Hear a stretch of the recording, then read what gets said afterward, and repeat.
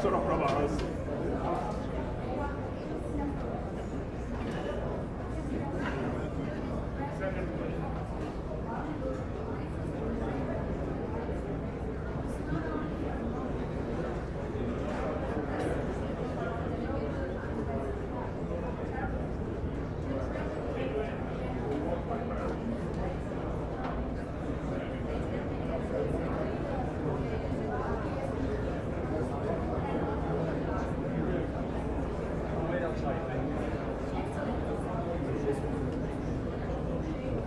Is this Rich?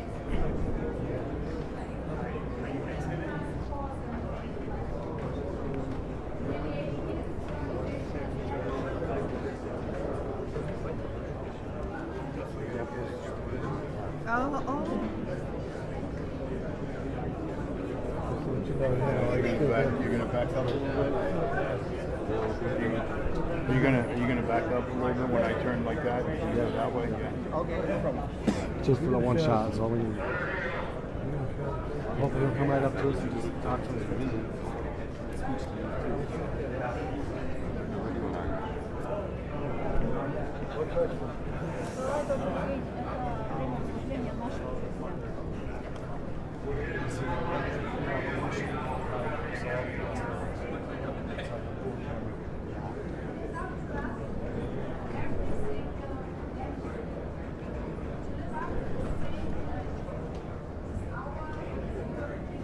you want me to go on that side?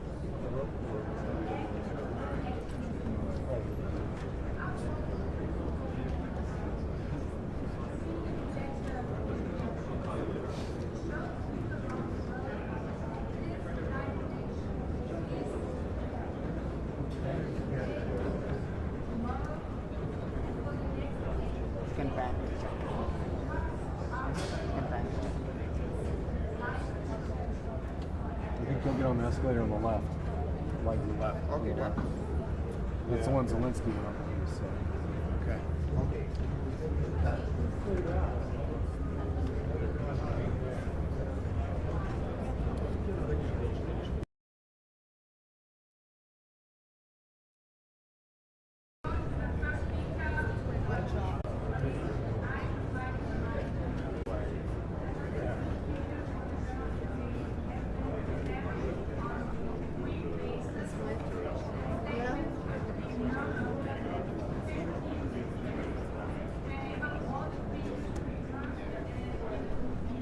Интересно, волос.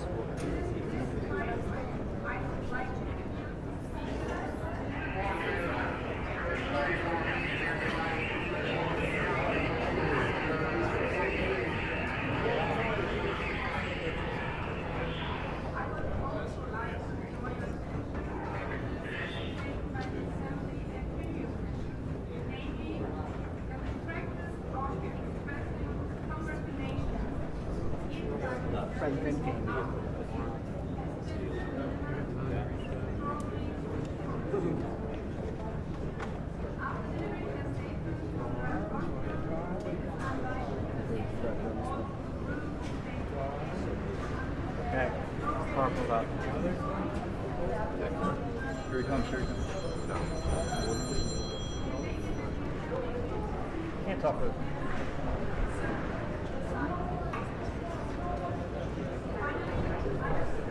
You okay?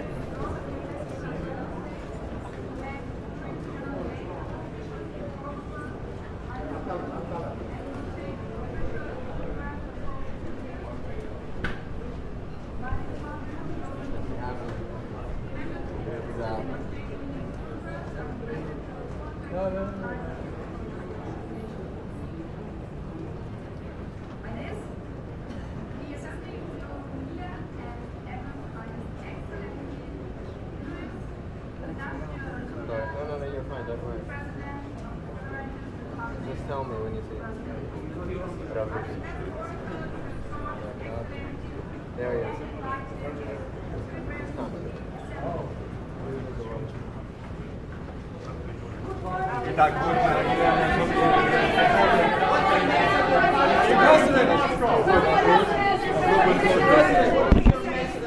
President! Mr. President, any deals with Zelensky and Putin? Mr. President, any deals with Zelensky and Putin? We break for Russia NATO airspace. Mr. President.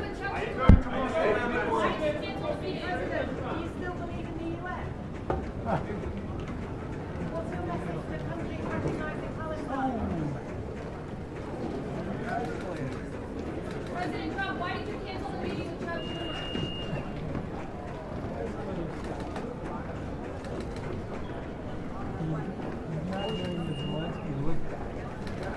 He did for a second in the beginning. Yes, he escalated shock. Let's see if he looks back in a second. And he's gone. All right.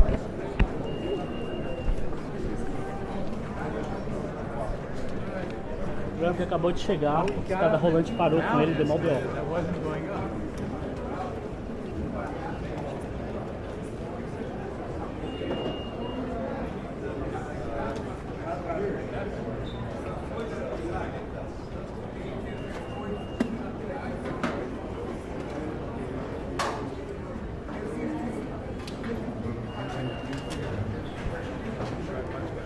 Right up here. So that when you do something like this, the tripod's going to be right up here, not back here. Hey, your timing's right.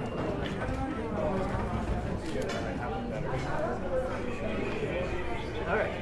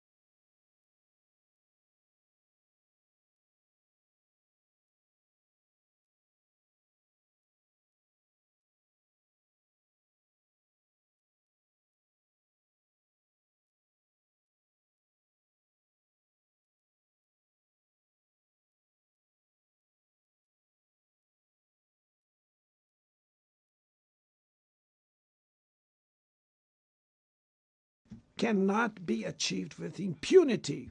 A few days ago, and for the first time in 525 years of our history, a former head of state was convicted of attacking the democratic rule of law. He was investigated, indicted, trialed, and held accountable for his actions in a meticulous process. He has the right to defend himself was secured, a prerogative that dictatorships deny to their victims. Before the eyes of the world, Brazil sent a message to all aspiring autocrats and those who support them. Our democracy, our sovereignty are non-negotiable.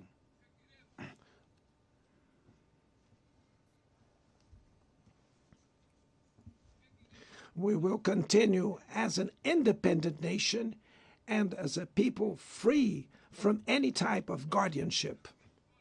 Sound democracies go beyond the electoral ritual. Its strength presupposes the reduction of inequalities, the guarantee of the most basic rights: food, safety, work, housing, education, and health. Democracy fails when women earn less than men or die at the hands of partners and family members. It loses when it closes its doors and blames migrants for the world's ills. Poverty is as much an enemy of democracy as extremism.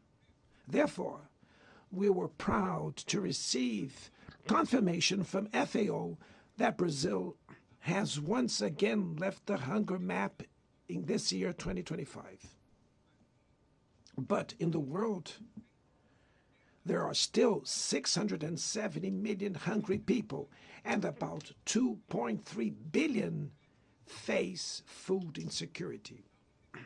The only war of which everyone can emerge victorious is the one we wage against hunger and poverty. This is the goal of the global alliance we launched at the G20 and which has the support of 103 countries. The international community needs to revise its priorities, reduce arms spending, and increase development aid. Relieve the service of the foreign debt of the poorest countries, above all African nations, and set minimum global tax standards so that the super rich pay more taxes than workers. Democracy is also measured by the ability to protect families and the childhood. Digital platforms offer possibilities for us to come together in ways we never imagined. But they have been used for sowing intolerance, misogyny, xenophobia, and misinformation. The internet cannot be a land of lawlessness. It's up to governments to protect the most vulnerable. Regulating does not mean restraining freedom of expression. It's about ensuring that what is already illegal in the real world is treated the way in the virtual environment. Attacks on regulation serve to cover up hidden interests and provide shelter for crimes such as fraud, human trafficking, pedophilia, and attacks against democracy. The Brazilian parliament was right to rush to address this issue. Last week, I proudly enacted one of the world's most advanced laws for the protection of children and adolescents in the digital environment. Also, we sent draft bills to the National Congress to foster competition in digital markets and to encourage the installation of sustainable data centers.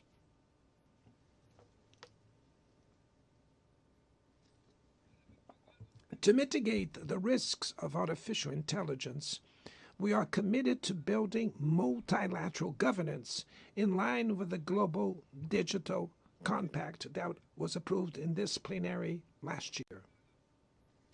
Ladies and gentlemen, Your Excellencies, in Latin America and the Caribbean, we are experiencing a time of growing polarization and instability. Maintaining the region as a zone of peace is and was our priority. We are a continent free of weapons of mass destruction, without ethnic or religious conflicts. The comparison between crime and terrorism is worrying. The most effective way to combat drug trafficking is to cooperate to suppress money laundering and limit arms trade. Using lethal force in situations that do not constitute armed conflict is tantamount to executing people without trial. Other parts of the planet have already witnessed interventions that cause greater damage than intended, with serious humanitarian consequences. The path to dialogue must not be closed in Venezuela. Haiti has the right to a violence-free future, and it is unacceptable that Cuba be listed as a country that sponsors terrorism. In the conflict in Ukraine,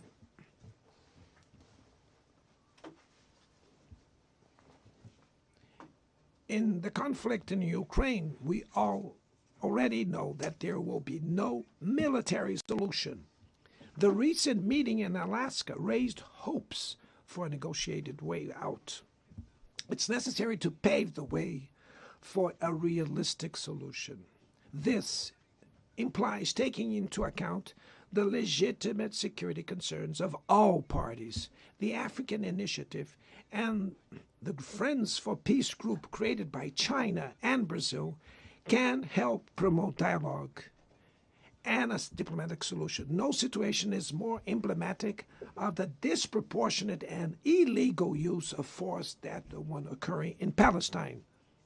The terrorist attacks perpetrated by Hamas are indefensible from any angle, but nothing, absolutely nothing, justifies the ongoing genocide in Gaza.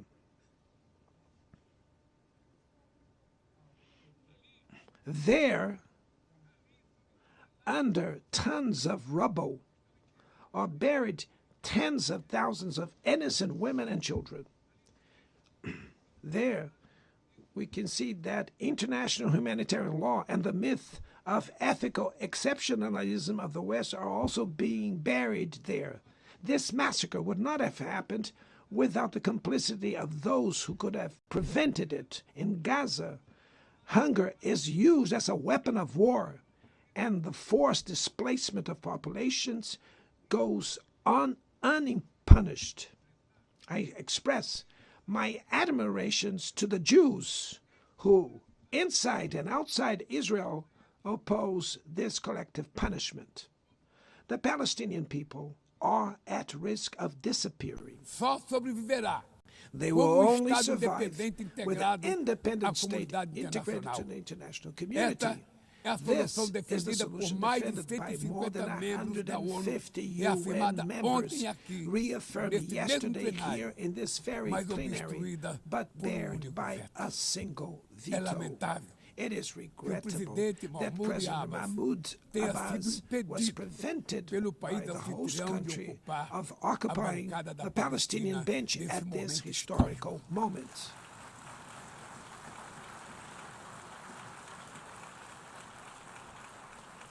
O alastramento The desse spread conflito of this para o Líbano, conflict to Lebanon, para a Síria, Syria, e o Irã Iran, e o Catar Qatar fomenta a is escalada fueling armamentista an sem unprecedented precedentes. arms build-up. Senhoras Presidenta, Madam President, bombas e armas nucleares bombs não and vão nuclear nos weapons proteger da will crise not climática. protect us from the climate O ano de crisis. The year 2024 of 24 foi o mais was the quente já warmest registrado. already A registered. COP30 em COP30 Belém, no in Brasil, the city of Belém, será a Brazil, COP da will be verdade. the COP of truth. Será o momento It will dos be líderes the time mundiais for world leaders provarem to prove a seriedade the de seu seriousness of their compromisso com o commitment to planeta. the planet.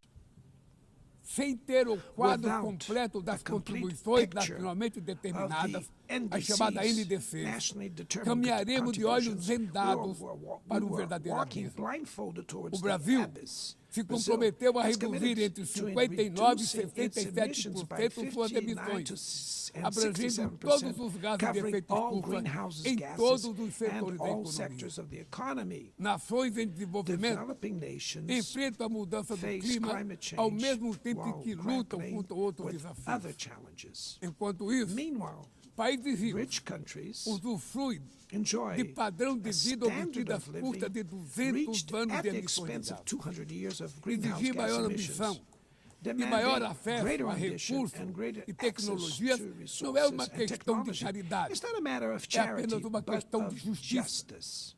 A corrida The por minerais race for críticos critical essenciais minerals, para a essential transição for energética energy não transition, pode cannot reproduzir a lógica reproduce the predatória predatory que and marcou asymmetrical os últimos logic séculos. that has Em characterized Belém, recent centuries. In o Belém mundo vai City, conhecer the a world realidade will da learn Amazônia. about the O reality of Brasil the já Amazon. reduziu pela metade Brazil has already o reduced desmatamento na região deforestation by nos half dois in the últimos anos. region in the last 2 years. Erradicá-lo requer Eradicating garantia, it requires condições dignas de vida para os ensuring seus milhões de decent living habitantes. conditions for its millions of Fomentar o inhabitants. desenvolvimento Promoting sustentável sustainable development é o objetivo is the do Fundo objective of the Florestas Tropical Tropicais Forest para Forever sempre, Facility, que o Brasil which pretende Brazil intends lançar to launch para remunerar to compensate os países que countries mantêm that suas keep their florestas em forests pé. standing.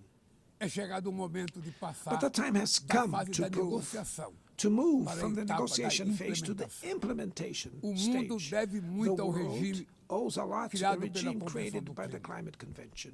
Mas é necessário Climate change trazer o combate à needs mudança to do be clima brought para to o the coração heart da of the ONU UN para que ela tenha so that a it atenção gets que the merece. attention it Um deserves. conselho A vinculado à council Assembleia Geral, linked to the General com Assembly força e with the legitimidade power para and monitorar legitimacy to compromissos, monitor dará commitments, coerência provide à ação climática. coherence to climate action. Trata-se de um passo This is a fundamental fundamental step na direção de uma towards reforma a mais broader abrangente da reform of the organização, organization, que contemple which também would um also Conselho de include Segurança an ampliado expanded Security duas Council in categorias the dos seus two membros. member categories. Poucas áreas Few areas retrocederam have tanto worsened como o as much sistema as the multilateral de comércio. multilateral trading system.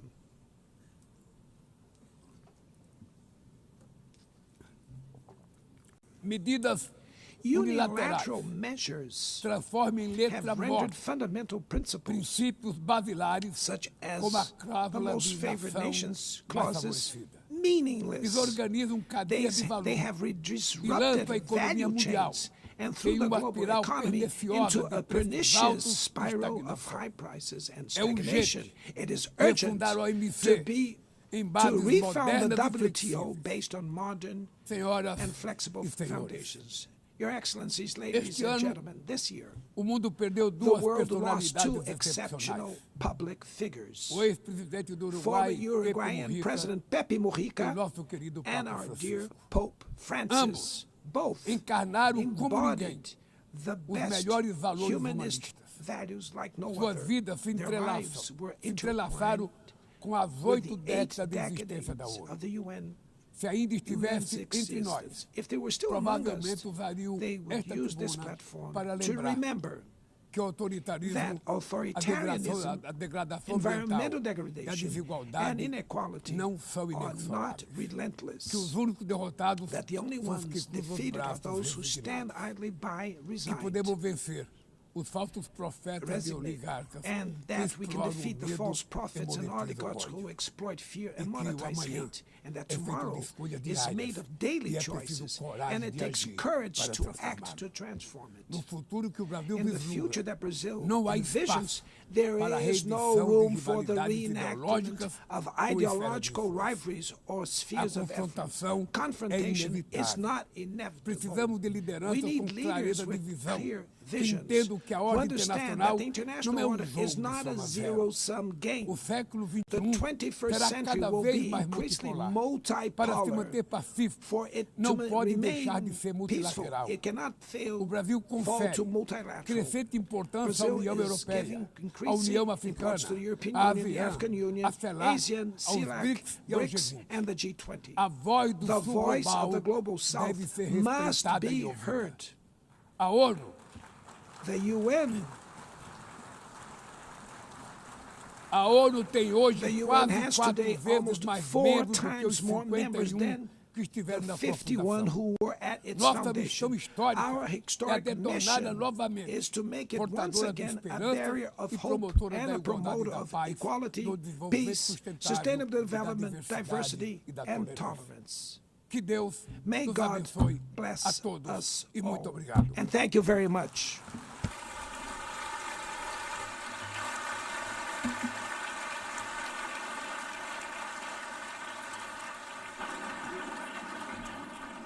On behalf of the Assembly, I wish to thank the President of the Federative Republic of Brazil,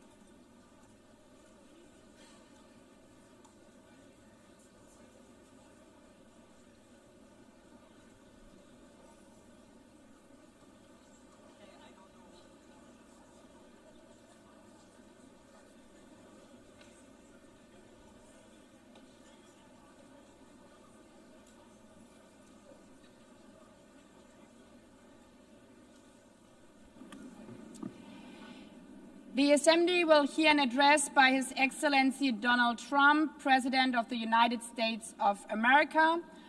I request protocol to escort His Excellency and invite him to address the Assembly.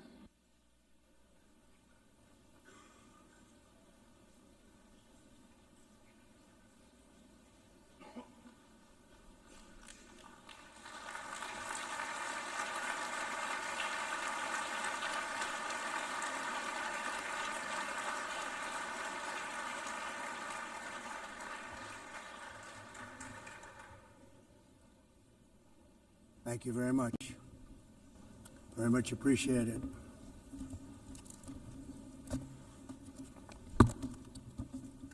And I don't mind making this speech without a teleprompter, because the teleprompter is not working. I feel very happy to be up here with you nevertheless, and that way you speak more from the heart. I can only say that whoever's operating this teleprompter is in big trouble.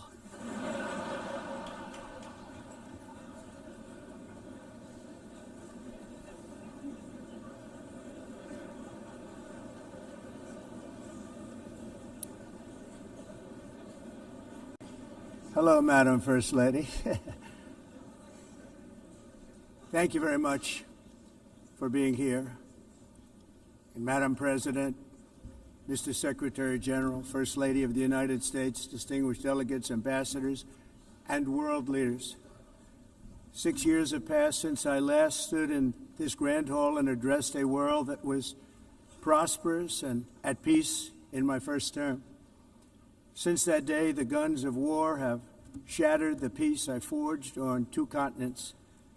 An era of calm and stability gave way to one of the great crises of our time. And here in the United States, 4 years of weakness, lawlessness, and radicalism under the last administration delivered our nation into a repeated set of disasters. 1 year ago, our country was in deep trouble, but today, just 8 months into my administration, we are the hottest country anywhere in the world, and there is no other country even close. America is blessed with the strongest economy, the strongest borders, the strongest military, the strongest friendships, and the strongest spirit of any nation on the face of the earth. This is indeed the golden age of America. We are rapidly reversing the economic calamity we inherited from the previous administration, including ruinous price increases and record-setting inflation like we've never had before. Under my leadership, energy costs are down, gasoline prices are down, grocery prices are down, mortgage rates are down, and inflation has been defeated. The only thing that's up is the stock market, which just hit a record high. In fact, it hit a record high 48 times in the last short period of time. Growth is surging, manufacturing is booming. The stock market, as I said, is doing better than it's ever done. And all of you in this room benefit by that, almost everybody. And importantly, workers' wages are rising at the fastest pace in more than 60 years. And that's what it's all about, isn't it? In 4 years of President Biden, we had less than $1 trillion of new investment into the United States. In just 8 months since I took office, we have secured commitments and money already paid for $17 trillion. Think of it, 4 years, less than $1 trillion, 8 months, much more than $17 trillion is being invested in the United States, and it's now pouring in from all parts of the world. We've implemented the largest tax cuts in American history and the largest regulation cuts in American history, making this once and again the best country on earth to do business. And many of the people in this room are investing in America, and it's turned out to be an awfully good investment during this 8-month period. In my first term, I built the greatest economy in the history of the world. We had the best economy ever, history of the world.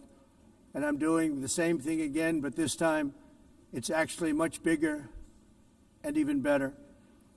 The numbers far surpass my record-setting first term. On our southern border, we have successfully repelled a colossal invasion, and for the last 4 months, and that's 4 months in a row, the number of illegal aliens admitted and entering our country has been 0. Hard to believe.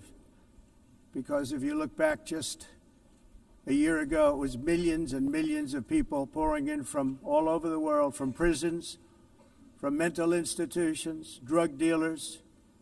All over the world they came. They just poured into our country with the ridiculous open border policy of the Biden administration. Our message is very simple. If you come illegally into the United States, you're going to jail, or you're going back to where you came from, or perhaps even further than that. You know what that means. I want to thank the country of El Salvador for the successful and professional job they've done in receiving and jailing so many criminals that entered our country. And it was under the previous administration that the number became record-setting, and they're all being taken out. We have no choice. And other countries have no choice, because other countries are in the exact same situation with immigration. It's destroying your country, and you have to do something about it. On the world stage, America is respected again like it has never been respected before. You think about 2 years ago, 3 years ago, 4 years ago, or 1 year ago, we were a laughingstock all over the world. At the NATO summit in June, virtually all NATO members formally committed to increase defense spending, at my request, from 2% to 5% of GDP, making our alliance far stronger and more powerful than it was ever before. In May, I traveled to the Middle East to visit my friends and rebuild our partnerships in the Gulf and those valued relationships with Saudi Arabia, Qatar, and the UAE, and other countries are now, I believe, closer than ever before. My administration has negotiated one historic trade deal after another, including with the United Kingdom, the European Union, Japan, South Korea, Vietnam, Indonesia, the Philippines, Malaysia, and many, many others. Likewise, in a period of just 7 months, I have ended 7 unendable wars. They said they were unendable. You're never going to get them solved. Some were going for 31 years, 2 of them, 31, think of it, 31 years. One was 36 years. One was 28 years. I ended 7 wars. And in all cases, they were raging with countless thousands of people being killed. This includes Cambodia and Thailand, Kosovo and Serbia, the Congo and Rwanda, a vicious, violent war that was, Pakistan and India, Israel and Iran, Egypt and Ethiopia, and Armenia and Azerbaijan. It included all of them. No president or prime minister, and for that matter, no other country has ever done anything close to that. And I did it in just 7 months. It's never happened before. There's never been anything like that. I'm very honored to have done it. It's too bad that I had to do these things instead of the United Nations doing them. And sadly, in all cases, the United Nations did not even try to help in any of them. I ended 7 wars, dealt with the leaders of each and every one of these countries, and never even received a phone call from the United Nations offering to help in finalizing the deal. All I got from the United Nations was an escalator that on the way up stopped right in the middle. If the First Lady wasn't in great shape, she would have fallen. But she's in great shape. We're both in good shape. We both stood. And then a teleprompter that didn't work. These are the 2 things I got from the United Nations, a bad escalator and a bad teleprompter. Thank you very much. And by the way, it's working now. It just went on. Thank you. I think I should just do it the other way. It's easier. Thank you very much. I didn't think of it at the time because I was too busy working to save millions of lives. That is the saving and stopping of these wars. But later I realized that the United Nations wasn't there for us. They weren't there. I thought of it really after the fact, not during these negotiations, which were not easy. That being the case, what is the purpose of the United Nations? The UN has such tremendous potential. I've always said it. It has such tremendous, tremendous potential, but it's not even coming close to living up to that potential. For the most part, at least for now, all they seem to do is write a really strongly worded letter and then never follow that letter up. It's empty words, and empty words don't solve war. The only thing that solves war and wars is action.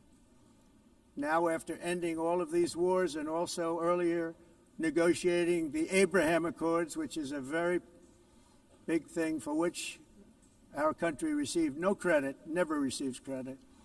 Everyone says that I should get the Nobel Peace Prize for each one of these achievements. But for me, the real prize will be the sons and daughters who live to grow up with their mothers and fathers, because millions of people are no longer being killed in endless and unglorious wars. What I care about is not winning prizes, it's saving lives. We saved millions and millions of lives with the 7 wars. And we have others that we're working on, and you know that. Many years ago, a very successful real estate developer in New York, known as Donald J. Trump, I bid on the renovation and rebuilding of this very United Nations complex. I remember it so well. I said at the time that I would do it for $500 million, rebuilding everything. It would be beautiful. I used to talk about, I'm going to give you marble floors. They're going to give you terrazzo. I'm going to give you the best of everything. You're going to have mahogany walls. They're going to give you plastic. But they decided to go in another direction, which was much more expensive at the time, and which actually produced a far inferior product. And I realized that they did not know what they were doing when it came to construction, and that their building concepts were so wrong, and the product that they were proposing to build was so bad and so costly. It was going to cost them a fortune. And I said, and wait till you see the overruns. Well, I turned out to be right. They had massive cost overruns and spent between $2 and $4 billion on the building and did not even get the marble floors that I promised them. You walk on terrazzo. Do you notice that? As far as I'm concerned, frankly, looking at the building and getting stuck on the escalator, they still haven't finished the job. They still haven't finished. That was years ago. The project was so corrupt that Congress actually asked me to testify before them on the tremendous waste of money, because it turned out that they had no idea what it was, but they knew it was anywhere between $2 and $4 billion as opposed to $500 million with a guarantee. But they had no idea, and I said it cost much more than $5 billion. Unfortunately, many things in the United Nations are happening just like that, but on an even much bigger scale, much, much bigger. Very sad to see. Whether the UN can manage to play a productive role, I've come here today to offer the hand of American leadership and friendship to any nation in this assembly that is willing to join us in forging a safer, more prosperous world. And it's a world that we'll be much happier with. A dramatically better future is within our reach. But to get there, we must reject the failed approaches of the past and work together to confront some of the greatest threats in history. There is no more serious danger to our planet today than the most powerful and destructive weapons ever devised by man, of which the United States, as you know, has many. Just as I did in my first term, I've made containing these threats a top priority, starting with the nation of Iran. My position is very simple. The world's #1 sponsor of terror can never be allowed to possess the most dangerous weapon. That's why, shortly after taking office, I sent the so-called Supreme Leader a letter making a generous offer. I extended a pledge of full cooperation in exchange for a suspension of Iran's nuclear program. The regime's answer was to continue their constant threats to their neighbors and U.S. interests throughout the region, and some great countries that are right nearby. Today, many of Iran's former military commanders, in fact, I can say almost all of them, are no longer with us. They're dead. And 3 months ago, in Operation Midnight Hammer, 7 American B-2 bombers dropped the 14 30,000-pound each bombs on Iran's key nuclear facilities, totally obliterating everything. No other country on earth could have done what we did. No other country has the equipment to do what we did. We have the greatest weapons on earth. We hate to use them. But we did something that for 22 years people wanted to do. With Iran's nuclear enrichment capacity demolished, I immediately brokered an end to the 12-day war, as it's called, between Israel and Iran, with both sides agreeing to fight no longer. As everyone knows, I have also been deeply engaged in seeking a ceasefire in Gaza. Have to get that done. Have to get it done. Unfortunately, Hamas has repeatedly rejected reasonable offers to make peace. We can't forget October 7th, can we? Now, as if to encourage continued conflict, some of this body is seeking to unilaterally recognize a Palestinian state. The rewards would be too great for Hamas terrorists for their atrocities. This would be a reward for these horrible atrocities, including October 7th, even while they refuse to release the hostages or accept a ceasefire. Instead of giving to Hamas and giving so much, because they've taken so much, they have taken so much. This could have been solved so long ago. But instead of giving in to Hamas's ransom demands, those who want peace should be united with one message: release the hostages now. Just release the hostages now. Thank you.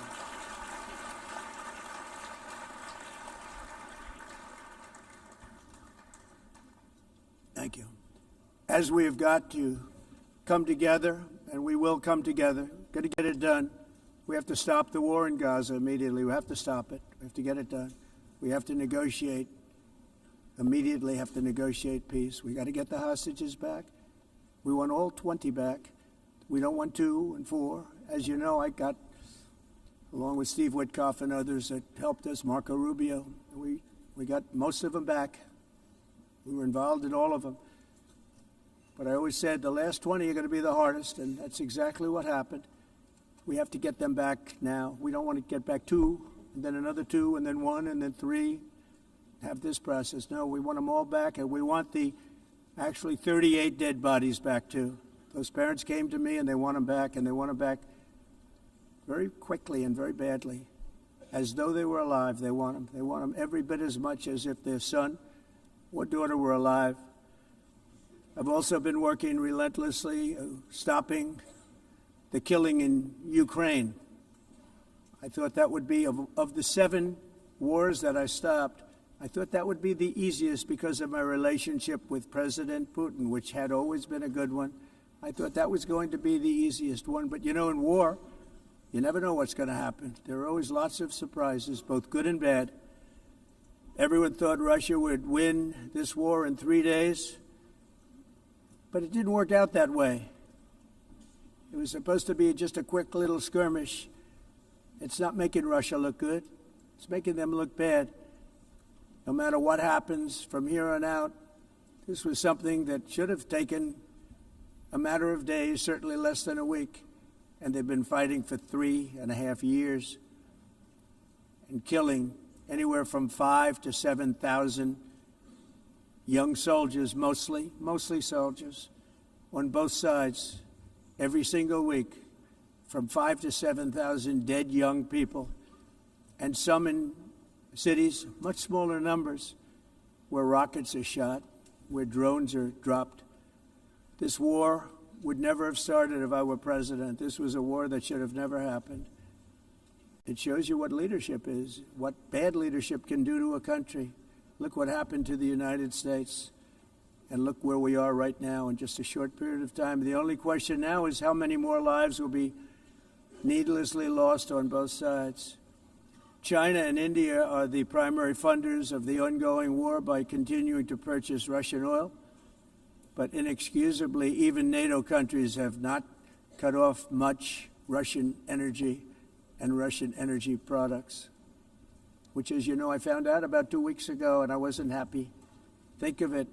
They're funding the war against themselves. Who the hell ever heard of that one?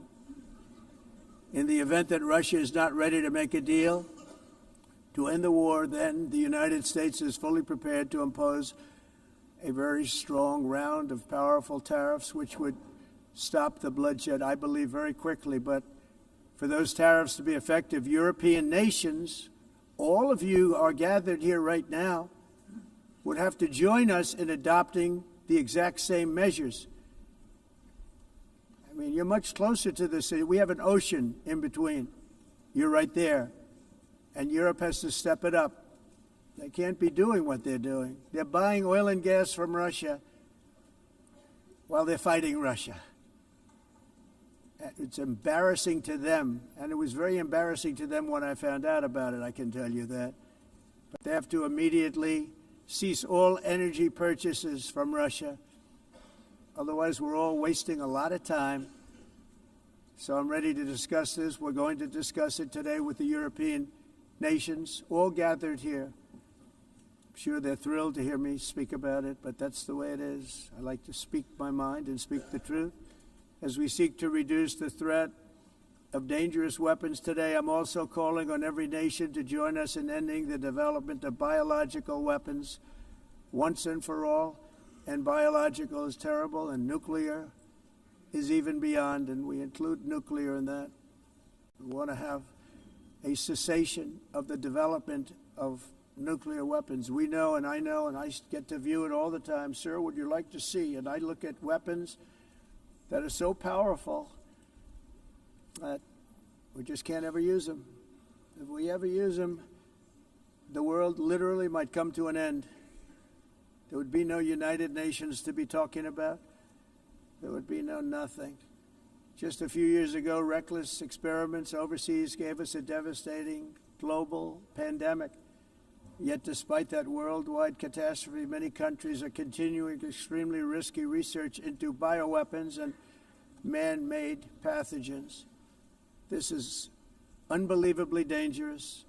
To prevent potential disasters, I'm announcing today that my administration will lead an international effort to enforce biological weapons convention, which is going to be meeting with the top leaders of the world by pioneering an AI verification system that everyone can trust.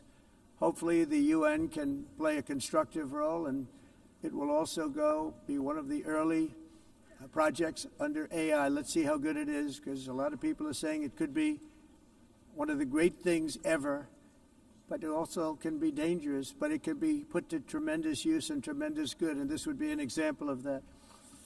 Not only is the UN not solving the problems it should, too often, it's actually creating new problems for us to solve. The best example is the #1 political issue of our time, the crisis of uncontrolled migration. It's uncontrolled. Your countries are being ruined. The United Nations is funding an assault on Western countries and their borders. In 2024, the UN budgeted $372 million in cash assistance to support an estimated 624,000 migrants journeying into the United States. Think of that. The UN is supporting people that are illegally coming into the United States, and then we have to get them out. The UN also provided food, shelter, transportation, and debit cards to illegal aliens. Can you believe that? On the way to infiltrate our southern border. Millions of people came through that southern border. Just a year ago, millions and millions of people were pouring in, 25 million altogether over the 4 years of the incompetent Biden administration. And now we have it stopped, totally stopped. In fact, they're not even coming anymore because they know they can't get through. But what took place is totally unacceptable. The UN is supposed to stop invasions, not create them and not finance them. In the United States, we reject the idea that mass numbers of people from foreign lands can be permitted to travel halfway around the world, trample our borders, violate our sovereignty, cause unmitigated crime, and deplete our social safety net. We have reasserted that America belongs to the American people, and I encourage all countries to take their own stand in defense of their citizens as well. You have to do that because I see it. I'm not mentioning names. I see it, and I could call every single one of them out. You're destroying your countries. They're being destroyed. Europe is in serious trouble. They've been invaded by a force of illegal aliens like nobody's ever seen before. Illegal aliens are pouring into Europe. Nobody is ever, and nobody's doing anything to change it, to get them out. It's not sustainable. And because they choose to be politically correct, they're doing just absolutely nothing about it. And I have to say, I look at London, where you have a terrible mayor, terrible, terrible mayor, and it's been so changed, so changed. Now they want to go to Sharia law, but you're in a different country. You can't do that.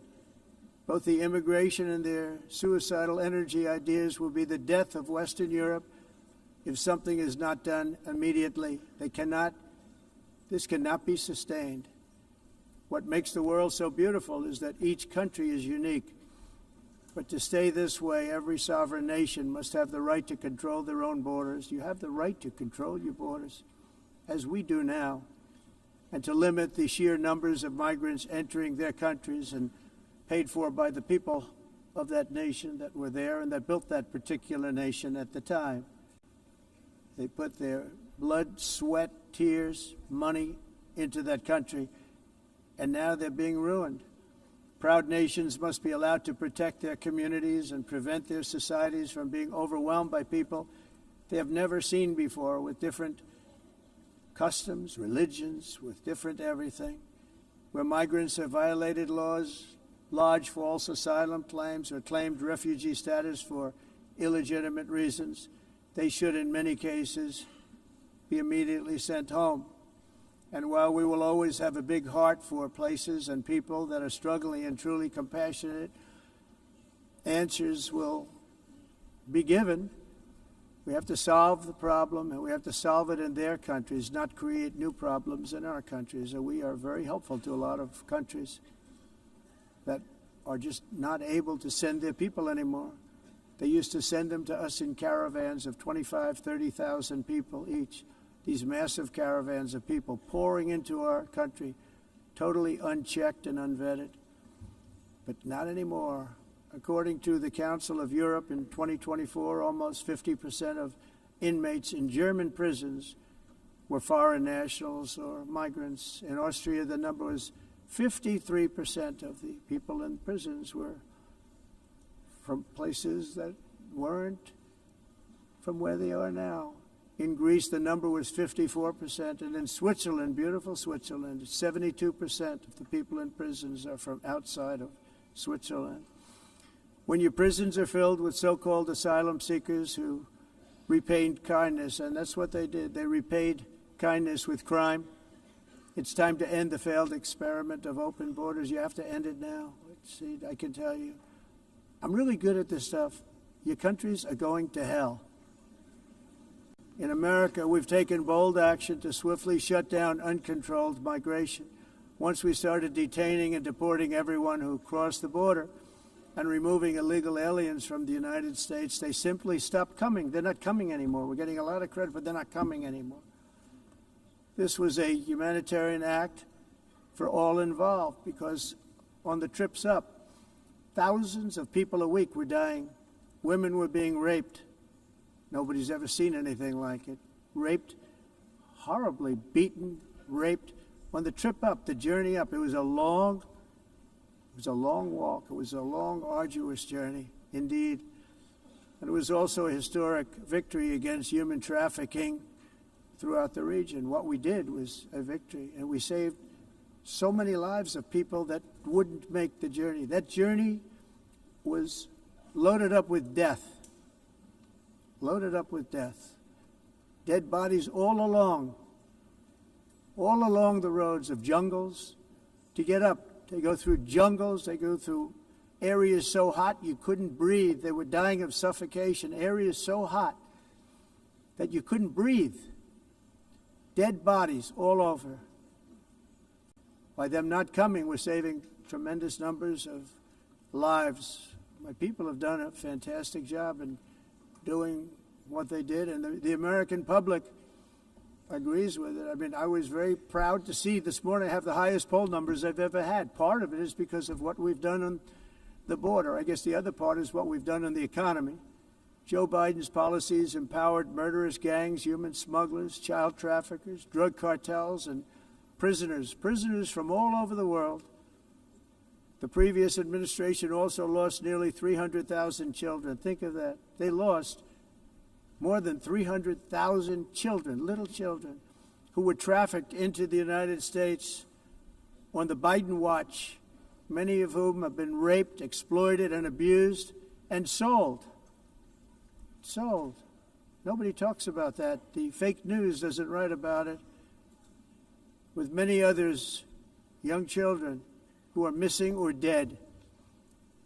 And we found a lot of these children, and we're sending them back, and we've been sending them back to their parents. They said, nobody knows who they are. They said, where do you come from? And they'll give us a country, and we'll find out, and we'll figure it out, and we'll bring them back to their homes. And the mother and father rush to the door, and their tears in their eyes. They can't believe that they're seeing their son or daughter, their little son or daughter again. We've done almost 30,000 of them so far. Any system that results in the mass trafficking of children is inherently evil.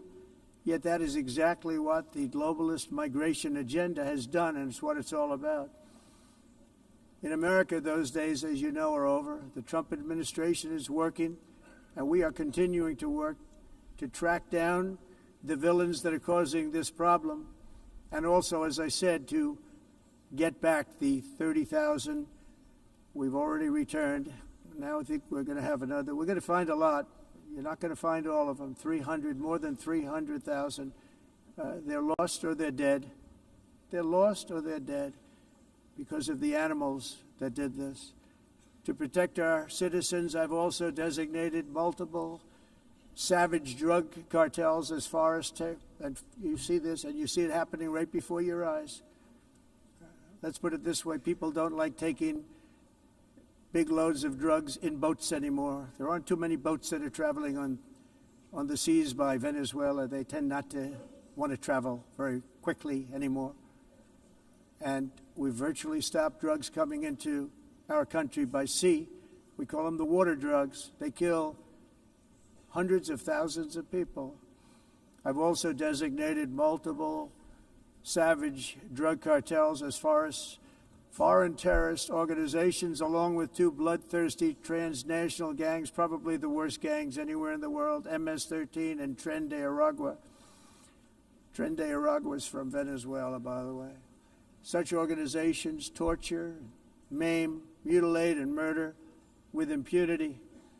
They're the enemies of all humanity. For this reason, we've recently begun using the supreme power of the United States military to destroy Venezuelan terrorists and trafficking networks led by Nicolas Maduro.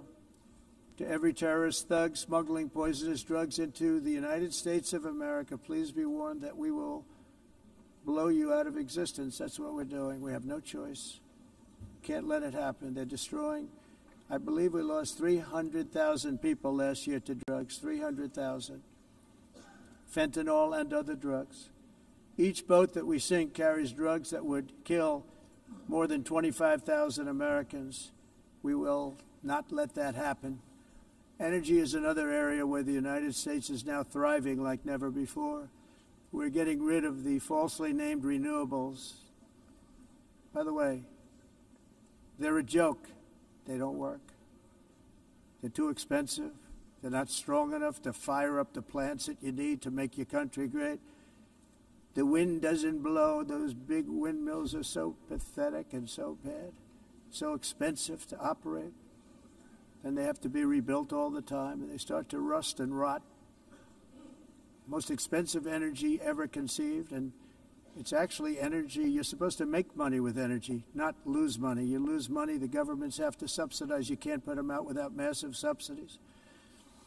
And most of them are built in China, and I give China a lot of credit. They build them, but they very few wind farms. So why is it that they build them and they send them all over the world, but they barely use them? You know what they use? Coal. They use gas. They use almost anything, but they don't like wind.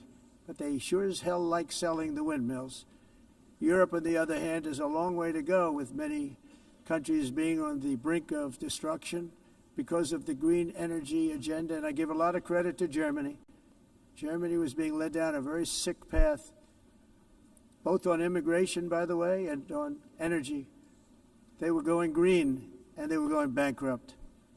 And the new leadership came in, and they went back to where they were, with fossil fuel and with nuclear, which is good. It's now safe. You can do it properly. But they went back to where they were, and they opened up a lot of different plants, energy-producing plants, and they're doing well. I give Germany a lot of credit for that. They've said this is a disaster, what's happening. They were going all green. All green is all bankrupt. That's what it represents. And it's not politically correct. I'll be very badly criticized for saying it, but I'm here to tell the truth. I don't care. It doesn't matter to me. I'm in New York City. I'm feeling a lot safer. Crime, we're getting crime down. And by the way, speaking of crime, Washington, D.C. was the crime capital of America. Now it's after 12 days, it's a totally safe city. Everyone's going out to dinner. They're going out to restaurants. Your wife can walk down the middle of the street with or without you. Nothing's going to happen. My people have done a fantastic job. And yes, I called in the National Guard, and the National Guard took care of business. And they weren't politically correct, but they took care of business. We got 1,700 career criminals out, brought them back to where they came from, the countries where they came from, or put them in jails. Washington, D.C. is now a totally safe city again, and I welcome you to come. In fact, we'll have dinner together at a local restaurant, and we'll be able to walk. We don't have to go by an armor-plated vehicle. We'll walk right over there from the White House. They've given up their powerful edge, a lot of the countries that we're talking about, in oil and gas, such as essentially closing the great North Sea oil. Oh, the North Sea, I know it so well. Aberdeen was the oil capital of Europe, and there's tremendous oil that hasn't been found in the North Sea, tremendous oil. And I was with the Prime Minister I respect and like a lot, and I said, you're sitting with the greatest asset. They essentially closed it by making it so highly taxed that no developer, no oil company can go there. They have tremendous oil left, and more importantly, they have tremendous oil that hasn't even been found yet. And what a tremendous asset for the United Kingdom. And I hope the Prime Minister is listening, because I told it to him 3 days in a row. That's all he heard. North Sea oil, North Sea, because I want to see them do well. I want to stop seeing them ruining that beautiful Scottish and English countryside with windmills and massive solar panels that go 7 miles by 7 miles, taking away farmland. But we're not letting this happen in America. In 1982, the executive director of the United Nations Environmental Program predicted that by the year 2000, climate change would cause a global catastrophe. He said that it will be irreversible, as any nuclear holocaust would be. This is what they said at the United Nations. What happened? Here we are. Another UN official stated in 1989 that within a decade, entire nations could be wiped off the map by global warming. Not happening. You know, it used to be global cooling. If you look back years ago in the 1920s and the 1930s, they said, global cooling will kill the world. We have to do something. Then they said global warming will kill the world, but then it started getting cooler, so now they could just call it climate change, because that way they can't miss. It's climate change, because if it goes higher or lower, whatever the hell happens, there's climate change. It's the greatest con job ever perpetrated on the world, in my opinion. Climate change, no matter what happens, you're involved in that. No more global warming, no more global cooling. All of these predictions made by the United Nations and many others, often for bad reasons, were wrong. They were made by stupid people that have cost their countries fortunes and given those same countries no chance for success. If you don't get away from this green scam, your country is going to fail. And I'm really good at predicting things, you know. They actually said during the campaign they had a hat, the best-selling hat. Trump was right about everything. And I don't say that in a braggadocious way, but it's true. I've been right about everything. And I'm telling you that if you don't get away from the green energy scam, your country is going to fail. And if you don't stop people that you've never seen before, that you have nothing in common with, your country is going to fail. I'm the President of the United States, but I worry about Europe. I love Europe. I love the people of Europe. And I hate to see it being devastated by energy and immigration. This double-tailed monster destroys everything in its wake, and they cannot let that happen any longer. You're doing it because you want to be nice. You want to be politically correct, and you're destroying your heritage. They must take control strongly and immediately of the unmitigated immigration disaster and the fake energy catastrophe before it's too late. The carbon footprint is a hoax made up by people with evil intentions, and they're heading down a path of total destruction. You know, the carbon footprint was a big, big thing a few years ago. I remember hearing about the carbon footprint, and then President Obama would get into Air Force One, a massive Boeing 747, and not a new one, an old one with old engines that spew everything into the atmosphere. He'd talk about the carbon footprint, we must do so. Then he'd get in and he'd fly from Washington to Hawaii to play a round of golf. And then he'd get back onto that big, beautiful plane and he'd fly back and he'd talk about, again, global warming and the carbon footprint. It's a con job. At extreme cost and expense, Europe reduced its own carbon footprint by 37%. Think of that. Congratulations, Europe. Great job. You cost yourself a lot of jobs, a lot of factories closed, but you reduced the carbon footprint by 37%. However, for all of that sacrifice and much more, it's been totally wiped out and then some by a global increase of 54%. Much of it coming from China and other countries that are thriving around China, which now produces more CO2 than all the other developed nations in the world. So all of these countries are working so hard on the carbon footprint, which is nonsense, by the way.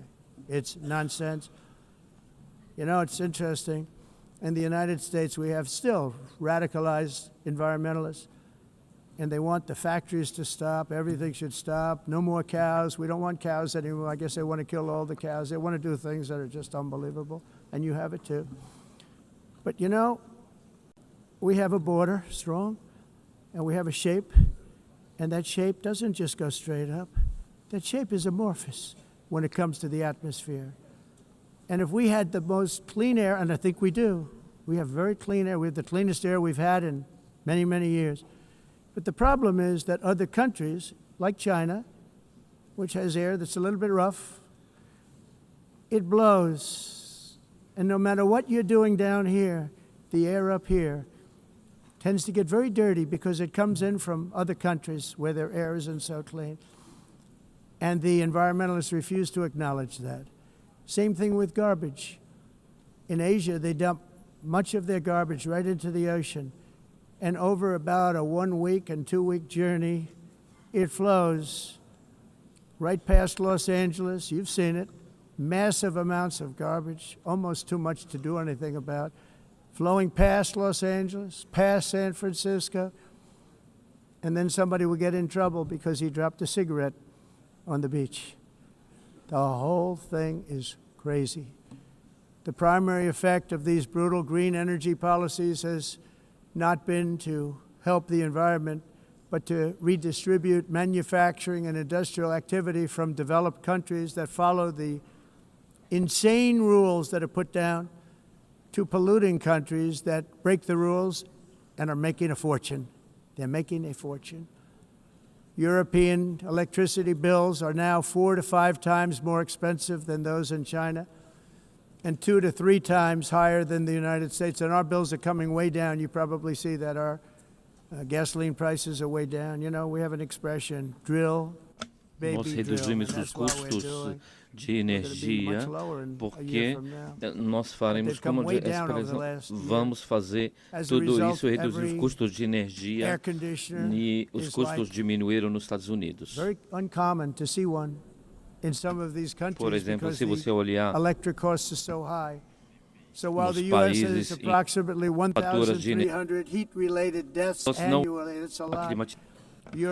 mas nós nos Estados Unidos conseguimos usar eles e evitar aumento da temperatura, porque é muito caro também usar nada e ninguém usa isso.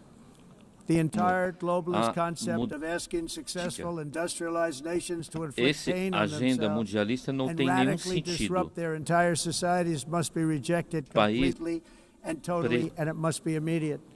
That's why in America I withdrew from the fake Paris Climate Accord, where, by the way, America was paying so much more than every country.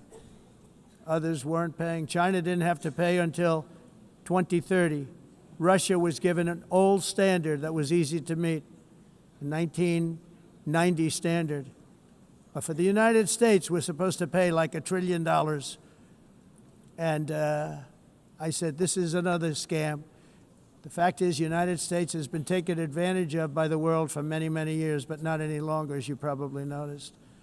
I unleashed massive energy production and signed historic executive orders to hunt for oil, but we don't have to do much hunting because we have the most oil of any nation anywhere, oil and gas in the world. And if you add coal, we have the most of any nation in the world. Clean, I call it clean, beautiful coal. You can do things today with coal that you couldn't have done 10 years ago, 15 years. So I have a little standing order in the White House. Never use the word coal, only use the words clean, beautiful coal. Sounds much better, doesn't it?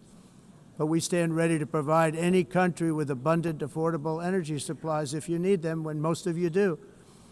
We're proudly exporting energy all over the world. We're now the largest exporter. In the United States, we want trade and robust commerce with all nations, everybody. We want to help nations. We're going to help nations. But it must also be fair and reciprocal. The challenge with trade is much the same with climate. The countries that followed the rules, all their factories have been plundered. It's really sad to watch. They've been broken. They've been broken by countries that broke the rules. That's why the United States is now applying tariffs to other countries, and much as these tariffs were for many years applied to us, uncontrollably applied to us. We've used tariffs as a defense mechanism under the Trump administration, including my first term, where hundreds of billions of dollars in tariffs were taken in. And by the way, we had the lowest inflation, and now we have very low inflation. The only thing different is that we have hundreds of billions of dollars flowing into our country.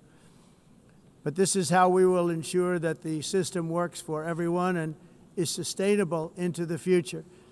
We're also using tariffs to defend our sovereignty and security throughout the world, including against nations that have taken advantage of former U.S. administrations for decades, including the most corrupt, incompetent administration in history, the sleepy Joe Biden administration. Brazil now faces major tariffs in response to its unprecedented efforts to interfere in the rights and freedoms of our American citizens and others, with censorship, repression, weaponization, judicial corruption, and targeting of political critics in the United States. I have a little problem saying this because I must tell you, I was walking in and the leader of Brazil was walking out. We saw him and I saw him, he saw me, and we embraced. And then I'm saying, can you believe I'm going to be saying this in just 2 minutes? But we actually agreed that we would meet next week.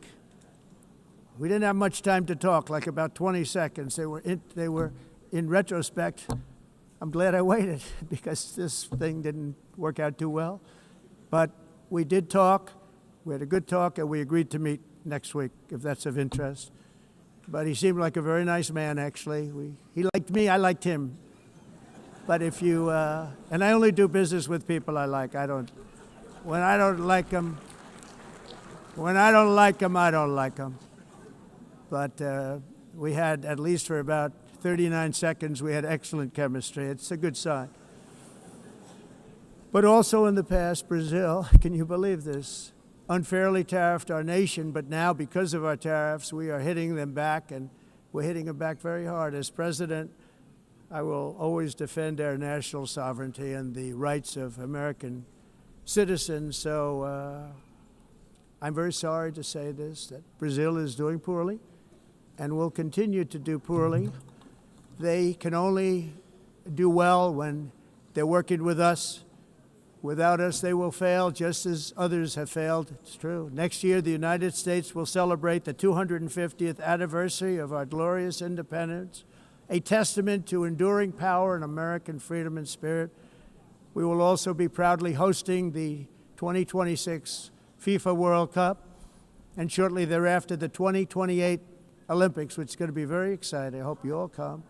I hope that countless people from all over the globe will take part of these will be great celebrations of liberty and human achievement, and that together we all can rejoice in the miracles of history that began in July 4th, 1776, when we founded the light to all nations. And it's something really that an amazing thing came out of that date. It's called the United States of America. In honor of this momentous anniversary, I hope that all countries who find inspiration in our example will join us in renewing our commitment, values, and those values, really, that we hold so dear. Together, let us defend free speech and free expression. Let us protect religious liberty, including for the most persecuted religion on the planet today. It's called Christianity. And let us safeguard our sovereignty and cherish qualities that have made each of our nations so special, incredible, and extraordinary. In closing, I just want to repeat that immigration and the high cost of so-called green renewable energy is destroying a large part of the free world and a large part of our planet. Countries that cherish freedom are fading fast because of their policies on these two subjects. You need strong borders and traditional energy sources if you are going to be great again. Whether you have come from north or south, east or west, near or far, every leader in this beautiful hall today represents a rich culture, a noble history, and a proud heritage that makes each nation majestic and unique, unlike anything else in human history or any other place on the face of the earth. From London to Lima, from Rome to Athens, from Paris to Seoul, from Cairo to Tokyo and Amsterdam to right here in New York City, we stand on the shoulders of the leaders and legends, generals and giants, heroes and titans who won and built our beloved nations, all of our nations, with their own courage, strength, spirit, and skill. Our ancestors climbed mountains, conquered oceans, crossed deserts, and trekked over wide open plains. They charged into thunderous battles, plunged into grave dangers, and they were soldiers and farmers and workers and warriors and explorers and patriots. They built towns into cities, tribes into kingdoms, ideas into industries, and small islands into mighty empires. You're a part of all of that. They were champions for their people who never gave up and who never, ever gave in. Their values defined our national identities. Their visions forged our magnificent destiny. Everybody in this room is a part of it in your own way. Each of us inherits the deeds and the myths the triumphs, the legacies of our own heroes and founders who so bravely showed us the way. Our ancestors gave everything for homelands that they defended with pride, with sweat, with blood, with life, and with death. Now the righteous task of protecting the nations that they built belongs to each and every one of us. So together let us uphold our sacred duty to our people and to our citizens. Let us protect their borders, ensure their safety, preserve their cultures, treasure, and traditions, and fight, fight, fight for their precious dreams and their cherished freedoms.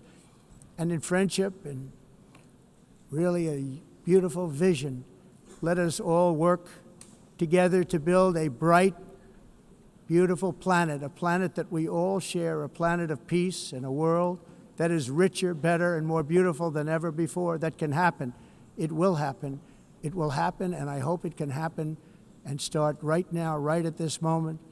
We'll turn it around. We're going to make our countries better, safer, more beautiful. We're going to take care of our people. Thank you very much. It's been an honor. God bless the nations of the world. Thank you very much. Bye.